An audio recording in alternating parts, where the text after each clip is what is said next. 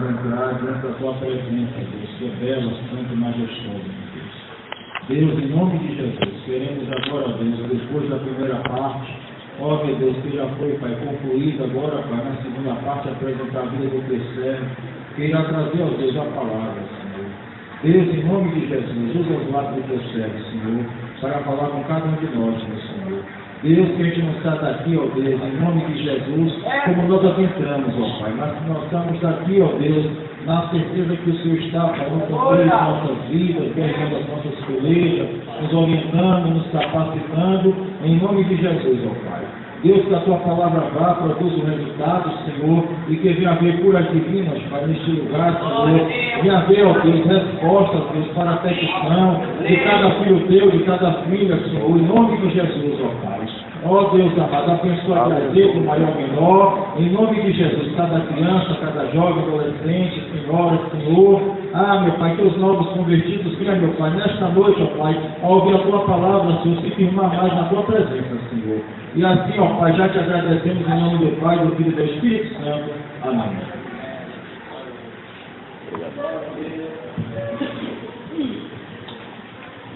Glória a Jesus. Podemos sentar, amados.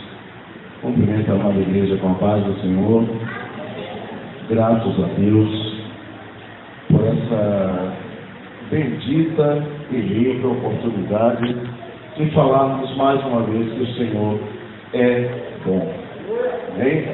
E desde já Deus abençoe a amada igreja aqui presente. Grupo de adolescentes em peso conosco, que Deus possa estar abençoando mais e mais. Né? Quarta-feira que vem tem mais, não é? A presença de vocês é sempre bem-vinda. E aos irmãos também, os demais irmãos, que Deus continue abençoando as nossas vidas, os nossos lares. Convido a amada igreja a abrir a Bíblia no profeta Isaías, capítulo de número 42. Lá no meio da Bíblia, quem acha Salmos, passa mais um pouco, Provérbios, Eclesiastes, Cantares, vai achar o profeta Isaías, capítulo de número 42. Aprove a Deus,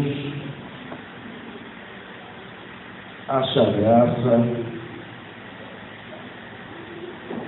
para falar conosco.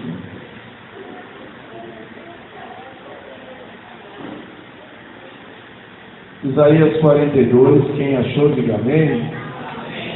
O texto diz assim: o servo do Senhor, eis aqui o meu servo, a quem sustenho, o meu eleito, em quem se compraz a minha alma. Pus o meu espírito sobre ele, juízo produzirá entre os gentios. Não clamará, não se exaltará, nem fará ouvir a sua voz na praça. Vamos ler todos juntos o versículo 3. A cana trilhada não quebrará, nem apagará o pavio que fumega. Em verdade produzirá juízo. Mateus capítulo de número 12. Mateus capítulo de número 12. A Bíblia ela tem por costume de responder a si mesma. Então, Mateus capítulo 12, versículos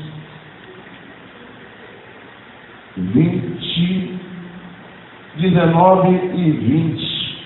Mateus 12, 19 e 20 diz assim: não contenderá, nem clamará, nem alguém ouvirá pelas ruas a sua voz.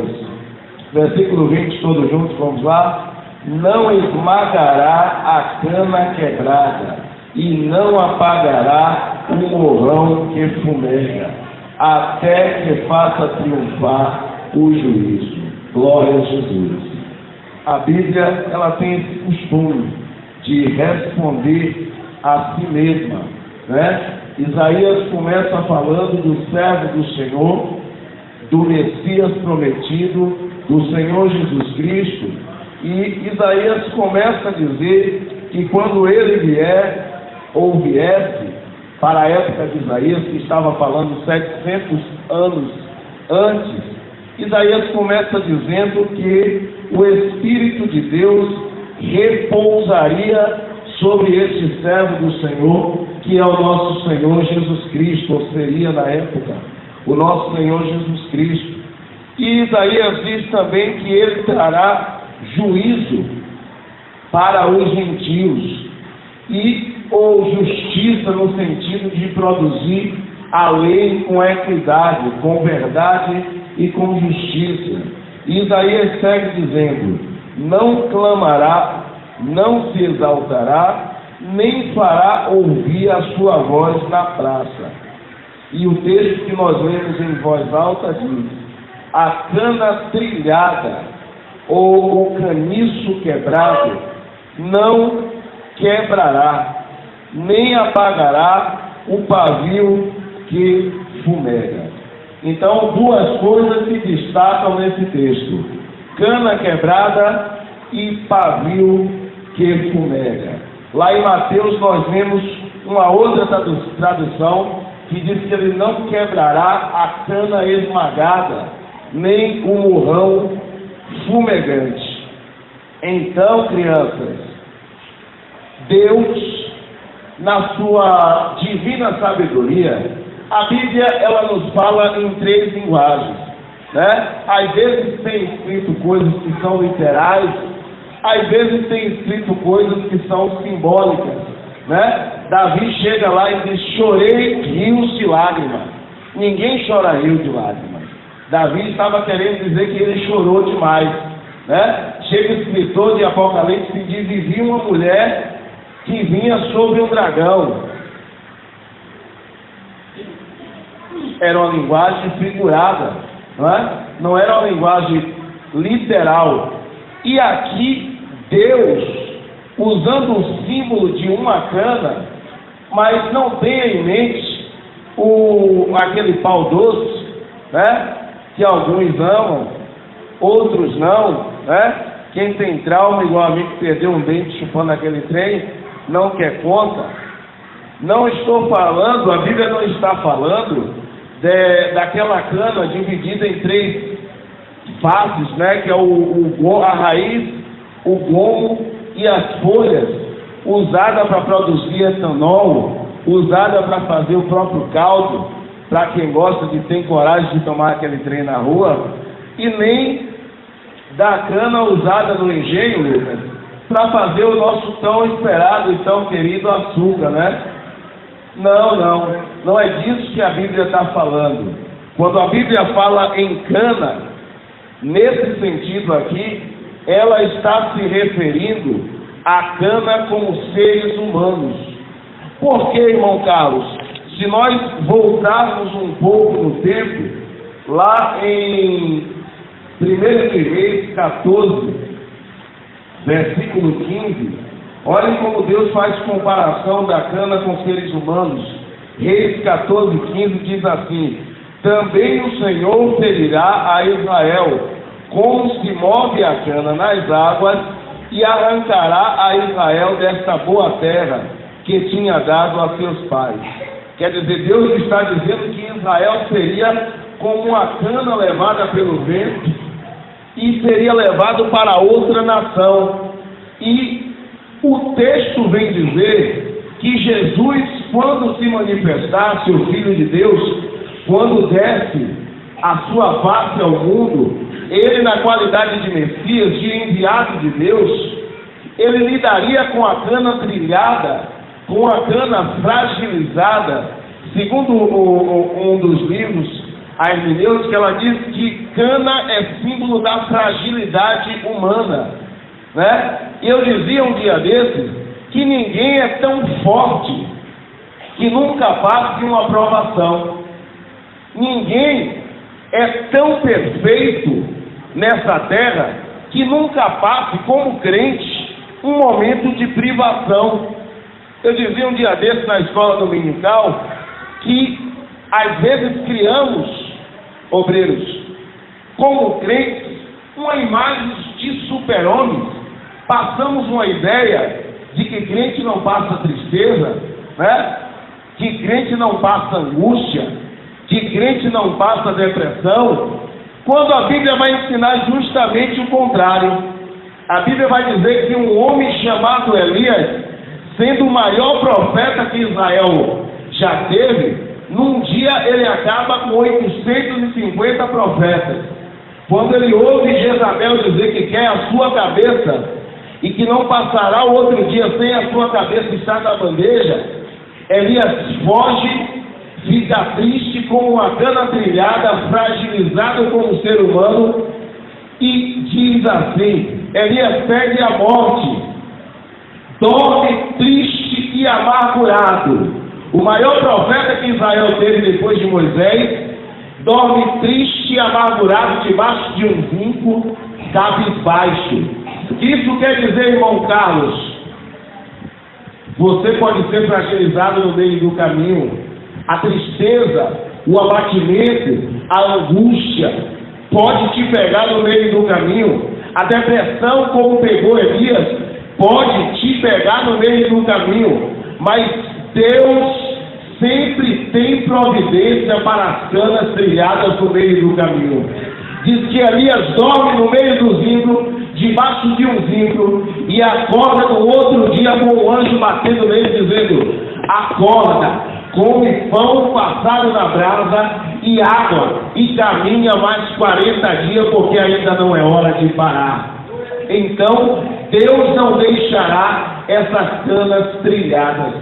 E o que é cana trilhada, irmão Carlos? Literalmente falando, quando pensamos em cana trilhada, eu sou obrigado a lembrar, além de Terra Nova, passamos um período evangelizando com o pastor Vanderlei Conceição, e até onde me consta, pelo menos que eu conheça, é uma terra de bastante cana, existe outras, né? E o Brasil é um dos maiores produtores quando o assunto é cana, etanol e açúcar. E eu lembro de Terra Nova, quando você passa por Terra Nova, você já vê logo aquele canavial enorme. E o que são canas trilhadas? São canas que estão caídas, mas não foram arrancadas do pé. São canas que foram derrubadas pelo vento, mas continuam com a raiz truncada, com a raiz ligada. Canas que estão ali, às vezes já estão secando, mas continuam no seu lugar caída. E olha o que o texto está dizendo: a cana pode ser derrubada pelo vento, pode ser açoitada pelos ventavais, pode ser, sei lá, tantas coisas que podem acometer aquela cana, pode estar sendo até pisada pelos homens. Mas Jesus está dizendo através do profeta Isaías que ele não quebrará nem arrancará as canas trilhadas. Às vezes, se você olhar para a cana trilhada, a primeira coisa que você vai pensar: já não serve para dar fruto, já não deve mais estar entre as outras canas. E às vezes, quantas vezes, na verdade, olhamos para os canaviais do Senhor no sentido espiritual e vemos pessoas que outrora estavam frondosas, como canas trilhadas, davam frutos, tinham o que oferecer, tinha sempre uma palavra de vida, tinha sempre um louvor para falar, e às vezes caiu no meio do caminho. E a Bíblia diz: muitas são as aflições do justo, mas o Senhor o livrará de todas elas. A Bíblia ainda diz sobre o justo: o Senhor guia os passos de um homem bom, mas se como cana trilhada ele cair, aí já me dei mais a interpretação, não ficará prostrado. Então o Senhor não deixa as canas continuarem do jeito que estão. A Bíblia diz também em Provérbios, capítulo 24, 7 vezes cairá o justo, mas o Senhor o levantará. Às vezes precipitado, irmão Omar, queremos arrancar aquela cana do meio, e olha que a Bíblia diz: não é para arrancar, não é para arrancar, porque o Senhor está dizendo que Ele vai tratar aquela cana, que Ele vai revigorar aquela cana. No meio do caminho, a Bíblia diz que muitos se cansarão e se fatigarão, cairão até como cana, mas os que esperam no Senhor renovarão as suas forças como águia. Não adianta esperar nos obreiros, não esperar no pastor, não. O que espera no Senhor haverá de renovar as suas forças.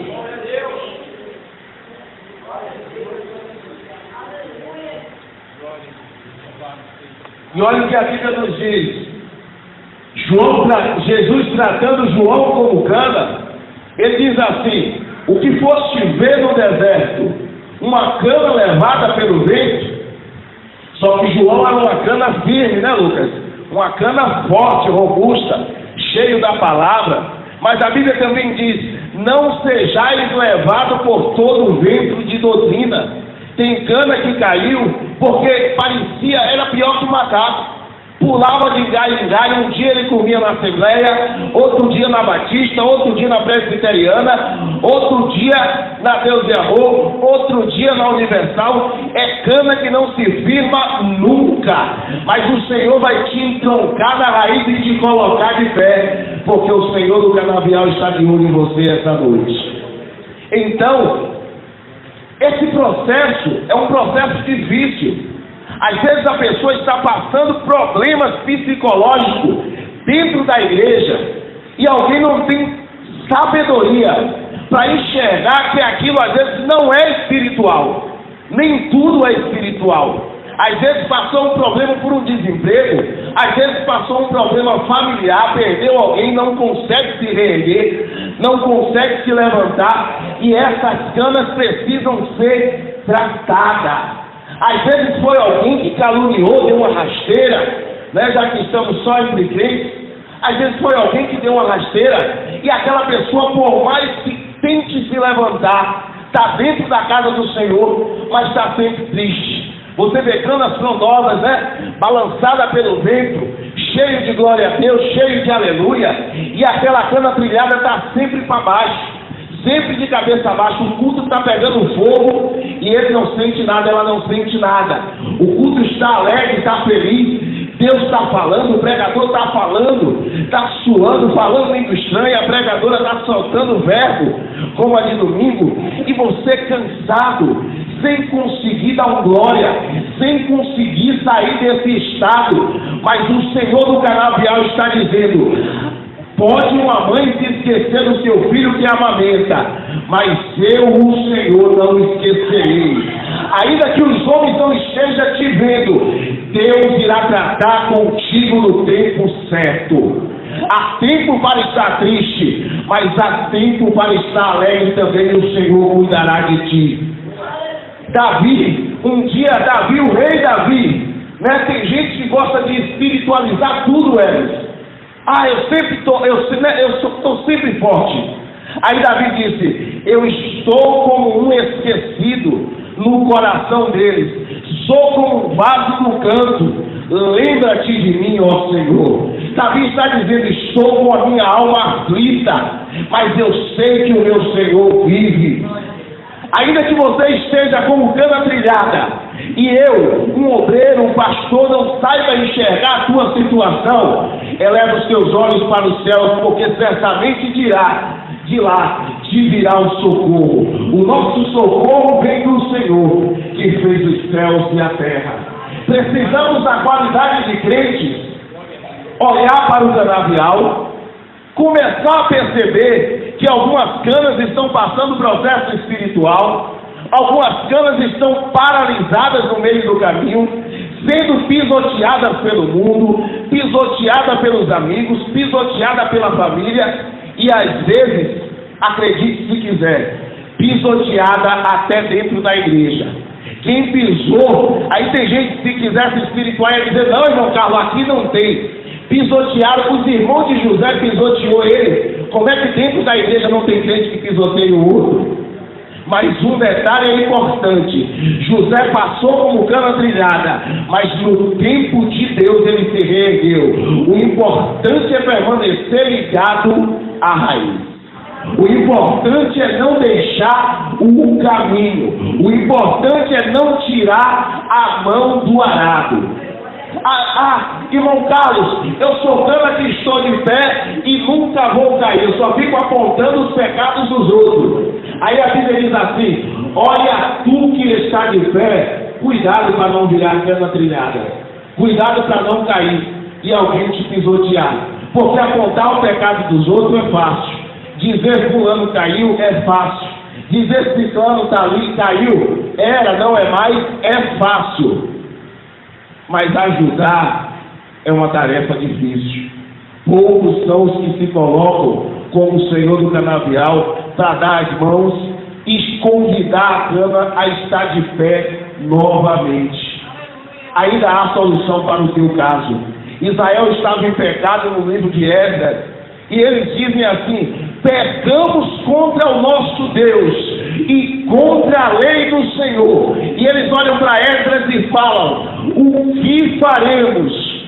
Aí Esdras responde: no tocante a isso, ao vosso pecado, ainda há esperança no Senhor. Falando-se de cana trilhada, um dia um homem pede todas o seu patrimônio ao seu pai, a sua herança ao seu pai, sai pelo caminho, pela vida, começa a ser amassado, trilhado no meio do caminho, e ele era crente, era do povo de Deus, foi amassado e triturado, mas um dia ele lembrou que ele tinha um pai, e que na casa daquele pai, os empregados do pai dele estavam melhor que ele, porque ele estava comendo bolotas de porco, comida e ração de porco. E ele diz: voltarei à casa de meu pai. Ao contrário do que muitos fariam, pegariam e diziam: pecou, traiu a Deus, traiu a igreja, traiu o pastor, e agora vem para cá com essa cara mais lavada dizer que voltou. Mas o pai, que é o mais importante, estava de braços abertos para acolher aquela cana trilhada. Tem gente que se acha super-homem, Maurícia. Só que Pedro, andando com Jesus 3 anos e meio, caiu, virou uma cana trilhada, negou a Jesus. Negou a Jesus. Às vezes alguém peca contra a gente e a gente não quer perdoar mais, né? Esse ano eu fui obrigado a exercitar o perdão. Sempre fui obrigado a exercitar o perdão por amor a Cristo e não aos homens. Quantas pessoas eu já pedi perdão, que a pessoa foi quem pecou contra mim? E uma vez aqui mesmo, há muito tempo atrás, eu ouvi Deus dizer que você é quem tem que ir àquela pessoa. Agora na empresa foram 2 pessoas que me chatearam mesmo, mas eu senti de Deus de conversar com aquela pessoa, e nós devemos saber lidar com aquela cana trilhada. Aí Pedro negou a Jesus. Você que se sente ofendido e dobra o joelho para orar o Pai Nosso, ainda diz: perdoa os meus pecados como eu não perdoo aqueles que me ofenderam, porque é isso que os crentes têm feito hoje, muita gente tem feito hoje. E aí negou a Jesus. Quando Jesus ressuscita, Lucas, a primeira coisa que ele diz às mulheres: vai avisar a Pedro que eu ressuscitei. Pedro está nu no meio do mar, voltou para a vida de pescaria. Jesus vai visitar Pedro e fala: tu me ama, Pedro? Eu amo, Senhor. Cara de pau, né? Negou Jesus. Tu me ama, Pedro? Agapaz-me, Pedro. Tu me ama, Pedro? Amo, Senhor. Jesus novamente: agapaz-me, Filéu, você me ama ou me tem amizade? Você me tem como um Senhor ou me tem como um amigo humano? Aí Pedro começa a chorar e diz: tu sabes de todas as coisas, Senhor. Eu te neguei e não sou digno de estar ao teu lado. Aí Jesus disse: Pedro, cana trilhada, quando tu te converteres, apacenta as minhas ovelhas. Eu não sei o que te tornou uma cana trilhada, mas ainda há solução para ti esta noite.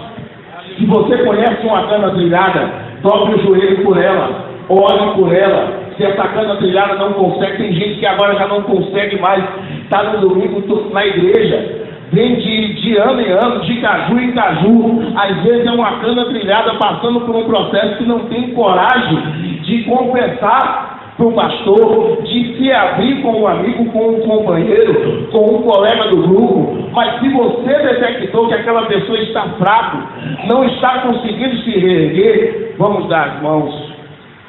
Um ao outro ajudou e ao seu companheiro disse: esforça-te. Então, o Senhor do engenho está dizendo para você: ainda há solução para a tua situação. Amém? Então, canas trilhadas. Só que o texto também diz que ele não apagará o pavio que fumega. Quem leu isso aí?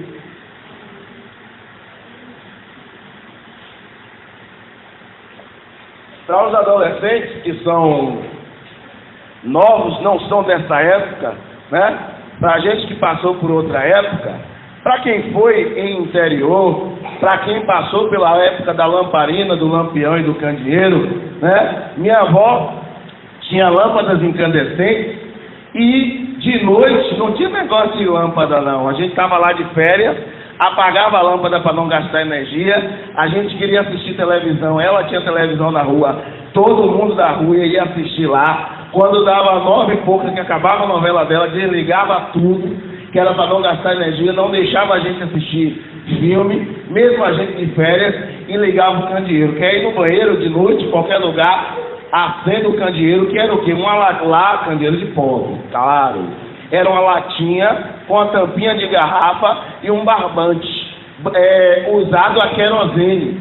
E lá em Israel, esse lampião, esse candeeiro, funcionava com azeite, né? Um tipo de azeite. E quando o azeite estava acabando, no nosso caso aqui, eu ainda fui para muitos, no interior tinha muito samba, chamava de samba, mas era o cão disfarçado, não era samba, era candomblé com nome de samba. E a gente saía e já não era o candeeiro, alguns usavam um tipo de candeeiro para andar. Lembro como hoje, o povo contando história de lobisomem, no meio do mato, no meio do nada, de madrugada, com a luz da lua, com latas com vela fechada e alguns com candeeiro, e ainda contando história de lobisomem para a gente ficar com medo, e andando pelo caminho. E eu vi muito isso no interior, que era o candeeiro. Quando a querosene estava acabando, o pavio começava a fumaçar, gerava um cheiro estranho, porque o combustível, aquilo que alimentava a sua energia, que dava luz, a sua energia natural, estava acabando. E quando o pavio estava fumegando, só existia 2 soluções. Quem acompanhou isso aqui? Para eu não ficar como velho sozinho, porque eu não sou bobo. Quem é que conhece isso aqui, esse sistema aqui? Me ajuda aí, Wesley, até tu. Até o Wesley está tirando de novo ali. Fernanda conhece? Até a Michel conhece. O Wesley está aqui fazendo de novo. Michel disse que é só olhar para a cabeça dele, está meio calmo. E quando estava acabando, esse azeite, esse combustível do barbante, do cordão, ou da torcida de cordão, aí só tinha 2 soluções. Se estivesse na hora de dormir, você apagava o pavio, né? Botava a mão, alguém fazia assim, outros sopravam, e aquele pavio deixava de dar luz. Ou outra solução. Aí Jesus está dizendo: o pavio que está fumegando dentro da minha casa, está fumegando, está fumaçando, e fumaça incomoda os olhos, fumaça incomoda as narinas, né? Quem tem problema mesmo de rinite vai se sentir asfixiado com aquela fumaça. E quantos dentro da casa do Senhor era um pavio aceso, como diz o texto de Mateus, era um morrão fumegante, era um crente avivado, era um crente que tinha visões de Deus, né? E pouco a pouco eu venho dizendo para alguns irmãos, emprestei um livro chamado O Diário do Pioneiro do Navio para alguns irmãos. Eu nem lembro se eu já emprestei para Valdir e para Omar. Eu sei que emprestei para alguns irmãos. E eu sempre digo a Léo, meu irmão, que quando a gente lê esse livro dos pioneiros que passou domingo, no vídeo que a Alessandro passou, eu tenho a sensação que nós da Assembleia de Deus de hoje estamos desviados, se compararmos com tudo que que acontecia na vida daqueles homens, com a condição, a coragem e a atitude que eles tinham para orar, com a quantidade de milagres que aconteciam na vida daqueles homens. Eu lembro que passei pela Assembleia de Deus, eu vim da Internacional da Graça ali no Tancredo Neves, e quando eu passei para a Assembleia de Deus, em 1999, em janeiro, eu já vinha sondando a Assembleia do Tancredo Neves, pastor Romeu pastoreava, e ia lá um dia de quinta-feira, e obreiros contavam, os velhinhos de Moerosina, não esqueço, contavam que alguém ressuscitou, que alguém foi curado. Eu lembro aqui num culto de doutrina com o pastor Reginaldo Campos, alguém chegou com uma criança morta. O pastor Reginaldo Campos fez uma oração e a criança ressuscitou na hora. Eu lembro de pregações do irmão Jair Miguel, de Jair estar pregando daqui, a pessoa cair demoniada de lá na hora. Eu lembro da Assembleia de Deus com uma criança ali em Lustosa, interior de 9 anos, levantando em profecia para mim e dizendo: assim diz o Senhor. Criança de 9 anos. Lembro do pastor Vanderlei, meu primeiro pastor na Assembleia de Deus, um homem que chegou naquele interior de meus pais e metade dos católicos que tinha naquela igreja aceitou Jesus pelas revelações que Deus dava àquele homem. E eu lembro de tantas coisas de minha tia dizendo, minha tia ainda não era crente, era católica pé roxo. Minha tia carismática começou a ir para um movimento carismático, e ela disse assim: se essa língua estranha que Carlos está falando e Beca, que é Berenice, minha mãe, está falando, é mesmo o batismo com o Espírito Santo, eu também quero. E se o Senhor me batizar aqui no silêncio, eu vou virar crente. Foi batizada dentro de casa e é crente até hoje. Eu lembro de tanta coisa. Era difícil a gente vir a um culto de segunda-feira. Eu lembro que estava sentado em um desses bancos um dia de segunda-feira e eu tinha uma visão clara com o irmão Leonardo e o irmão Alessandro pregando para uma multidão. A multidão virava um mar e o mar começava a se abrir. Eu perguntava: o que é isso, Senhor? Deus dizia que a seu tempo colocaria aqueles homens, que era Léo e Alessandro, em frente de multidões. Lembro de coisas, faz tanta coisa. Eu lembro de pastores que caíram em pecado. Deus me revelou, pastor famoso aí, Deus me revelou antes do pecado acontecer, dele ser expulso da nossa igreja, e eu entregar para ele aquela coisa. Tinha gente aqui, quando a gente via no círculo de oração, vinha com medo, Fernanda, porque você estava pensando aqui, e Deus estava revelando ali a irmã Laurinda. Você estava pensando aqui, eu vou chegar em casa que a novela começa nesse instante. Aqui, aquilo ali que a irmã falou não foi de Deus, não. Deus revelava. Eu lembro que Carlos Macedo estava indo na porta, o irmão Jair, o irmão Pérez e mais 2 irmãos tentando expulsar demônio. Aí Carlos chegou assim, apontou o pecado de todo mundo. Deus revelou na hora e disse assim: você não vai expulsar por causa disso, você por causa daquilo, e você por causa disso. Olhando o demônio e disse: sai em nome de Jesus. Saiu na hora. Eu lembro de estar saindo aqui, eu e o irmão Dionelis, uma senhora vir correndo de um desses prédios aí e dizer: eu não sou crente, moço, mas como vocês lidam com isso, meu filho está em casa endemoniado, porque aquilo só pode ser demônio. A gente perguntou: o que foi que aconteceu, senhora? Ela disse: eu vou botar a condição, se vocês tiverem coragem, vocês vão comigo. Ele rasgou a Bíblia toda no dente, está com a faca na mão em casa, dizendo que vai matar o pai. Eu disse: a gente vai lá. Quando a gente chegou, ela já conhecia Orlando, já tinha chamado Orlando e Jair. E quando a gente chegou, a prima da outra, a prima do Reino de Deus, estava lá com um jornal na mão, tentando expulsar o cão, batia o jornal, aquele jornal saía, batia o jornal e saía, e não sabendo ela que era o nome de Jesus que tinha poder para expulsar demônio. E tantas coisas que a gente via no passado. Eu lembro, olha, por Deus, tá aí minha mãe, ela deve estar lá embaixo. A gente evangelizou esse Tancredo Neves de ponta a ponta, de cabo a rabo. Cada casa que a gente entrava, Lucas, tinha um demônio para expulsar. Eu lembro de uma casa que a gente entrou. Quando entramos nessa casa, Aí eu vi a mulher na rua, eu pensava que era doida, não era, descobri no dia que era cão. Quando entramos naquela casa, uma senhora disse: moço, eu comecei a ir para a casa da bênção, eu era candomblessera, mas eu estou tentando ir para a igreja. Meu marido não era mudo, ficou mudo por trabalho, meu filho nasceu tetraplégico, e eu sei que foi por causa de uma coisa que eu fiz com ele, né, lá atrás, mas eu estou tentando me firmar, e ela com a remela grande dos olhos, com a doença dos 2 olhos. Na mesma hora a gente foi fazer uma oração por ela, o cão se manifestou. No que se manifestou e a gente expulsou, caiu as remelas daquela doença que estava no rosto dela.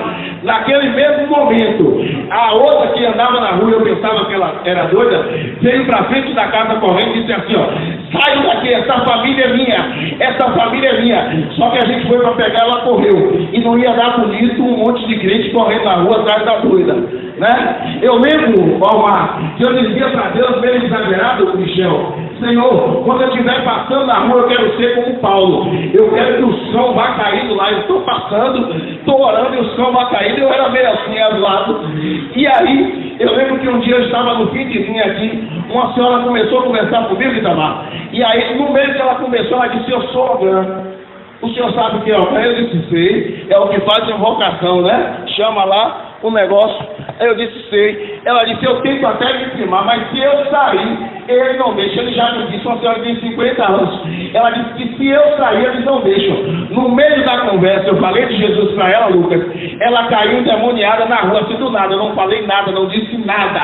Caiu endemoniada na rua, disse: Jesus, tu cumpre o que a gente pede, né? Aí começou a falar em língua. Nem toda língua é de Deus. Cuidado, discerna e entenda. E no meio daquilo, a gente expulsou aquele demônio, chamamos ela para vir para a igreja. Ela não veio, ela não morava aqui, morava em outro bairro. Eu orientei ela. Eu lembro que o cidadão daqui, preste atenção nisso, jogava pedra na igreja. Ele tinha um sobrinho que jogava pedra nessa igreja quando tinha mini vigília com Jair, até 12 horas, e jogava pedra, perturbou a igreja,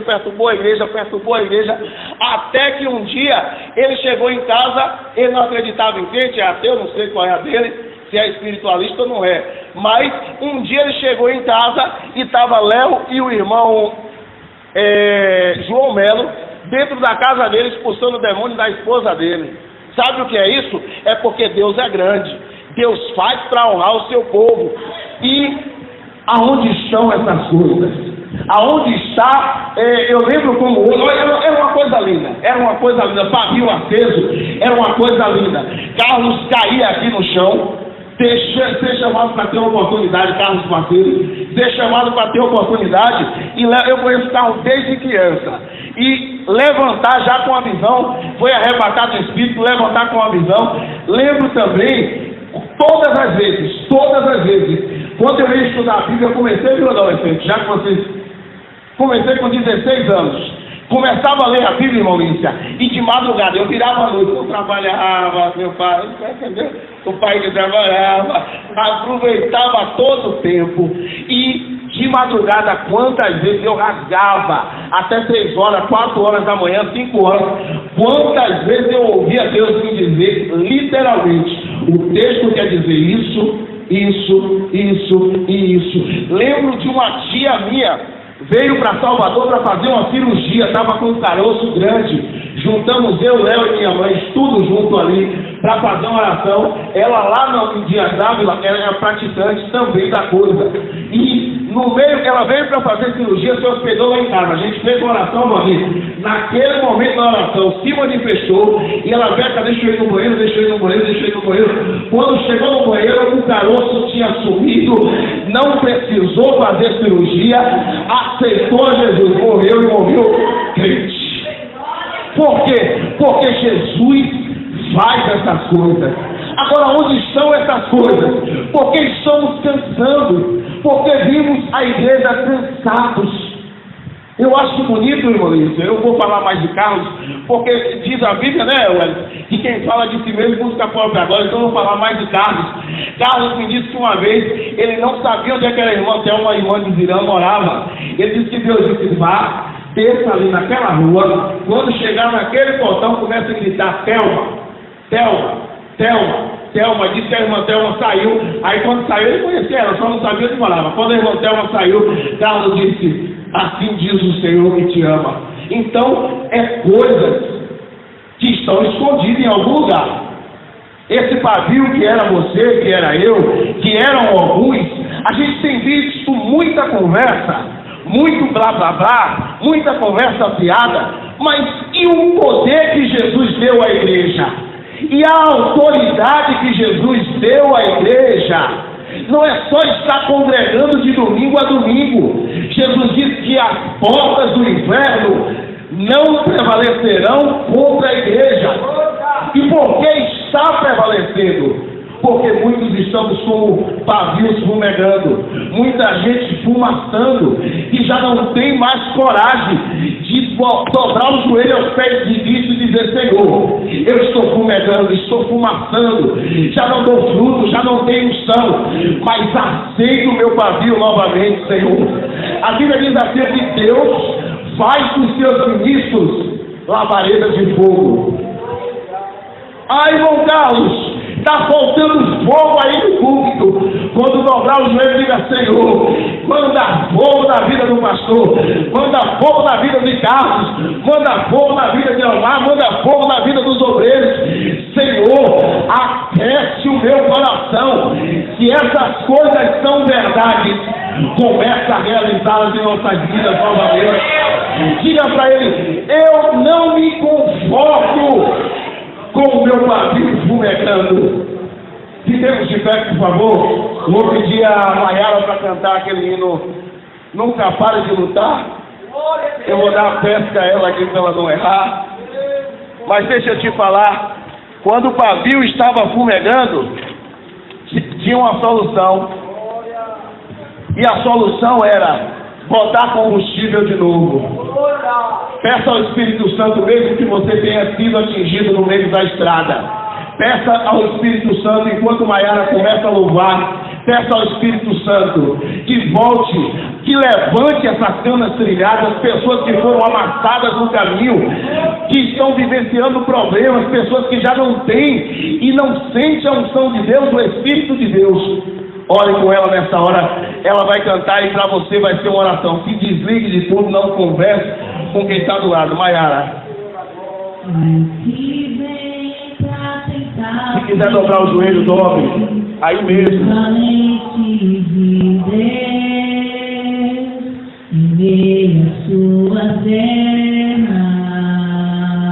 Aleluia. Oh, aleluia. Oh, aleluia. Não desista.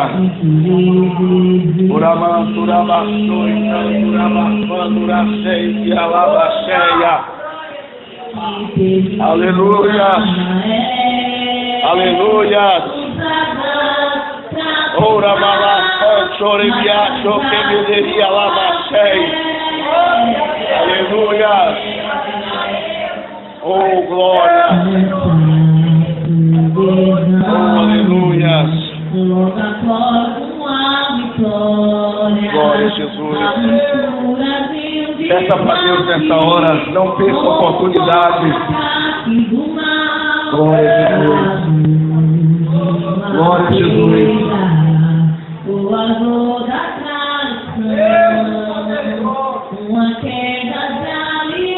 Mas Ele vai te restaurar esta noite. Ore por alguém também esta noite. Uracoma, dava, xanda, coma, naraxanda, rabagai. Aleluia. Aleluia. E as mãos para quem está do seu lado nessa hora, vamos interceder juntos.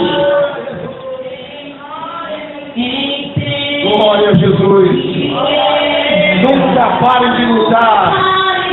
O Senhor vai te reerguer. Uracoma, naraxanda, rabagala, sei que o fora na série. Que ouve a graça, que aquela luz de pesca. Ó Espírito de Deus.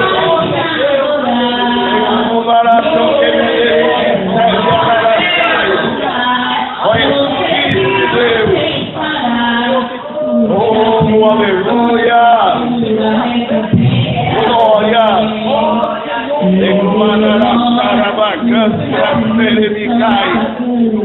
Oh, aleluia!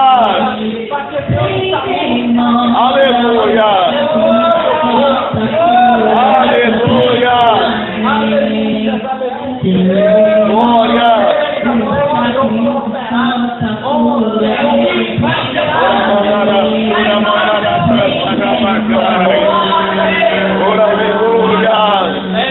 Glória a Deus!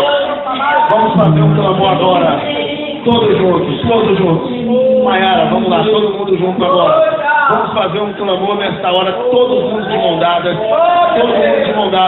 Vamos fazer um clamor pela igreja do Senhor, pela nossa condição espiritual, pela aqueles que estão passando problemas espirituais, pela vida espiritual do ministério local, da igreja, seja quadrangular, Deus e amor, pela igreja de modo geral. Vamos orar nesta hora.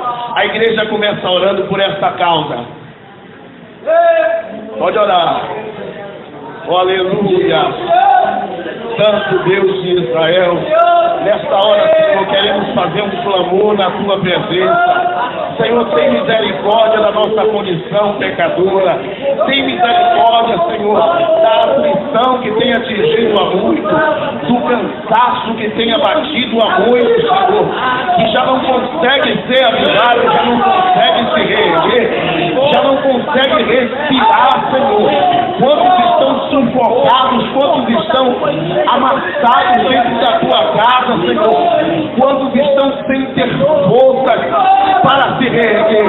Nessa hora eu te suplico, Senhor, olha com teus olhos de misericórdia, olha, Senhor, para a tua igreja nesta noite, nesta hora, estende a tua mão de amor, de justiça, de carinho, de encorajamento, Senhor, para dar vitória, Senhor. Traz a tua graça, traz o renovo, fortalece aqueles que são fracos, devolve a unção àqueles que perderam, Senhor. Uramachura, Bacanto, Rabachai. Aleluia. Urabachanda, Raia, Comedecei. Uria, Comaturimi, oh, aleluia. Ora, ó Espírito de Deus, tem misericórdia do teu povo, tem misericórdia do teu povo, tem todo o povo terrestre, meu Deus, e a vida, Senhor, tem misericórdia do teu povo, para que nós venhamos a ver, Senhor da glória, espírito imundo sendo repelido, sendo saído, mudos falar, cegos enxergar, para que os mortos venham ressuscitar.